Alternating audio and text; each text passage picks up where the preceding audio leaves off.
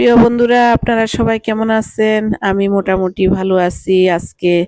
তো অনেক দিন হয়েছে আপনাদের সাথে আমি কোনো রান্নার ভিডিও শেয়ার করি না। আজকে একটা রান্নার ভিডিও শেয়ার করব। এই যে ডাঁটাগুলা কেটে রেখেছি, ডাঁটা দিয়ে আলু দিয়ে মাছ রান্না করব। অনেক মজার একটা রান্না, সেটাই আপনাদের সাথে শেয়ার করার জন্য আমি চলে আসলাম। আমি পেঁয়াজ সোমবারে দিয়ে তারপর আমি ডাঁটা আর আলু দিয়ে দিয়েছি। এখন লবণ দিয়ে আদা বাটাটা দিয়ে দিলাম, হলুদটাও দিয়ে দিলাম। এখন আমি ভালোভাবে একটু কষিয়ে নিব, যাতে ডাঁটার যে গন্ধটা আছে সেটা চলে যায়। এটা হচ্ছে মিষ্টি কুমড়ের ডাঁটা। আমার ডাঁটাটা কষানো অনেকটা হয়ে গেছে, হয়ে যাওয়ার পর আমি টমেটো দিয়ে দিলাম। অনেক সুন্দর করে আমি কষিয়ে নিয়েছি।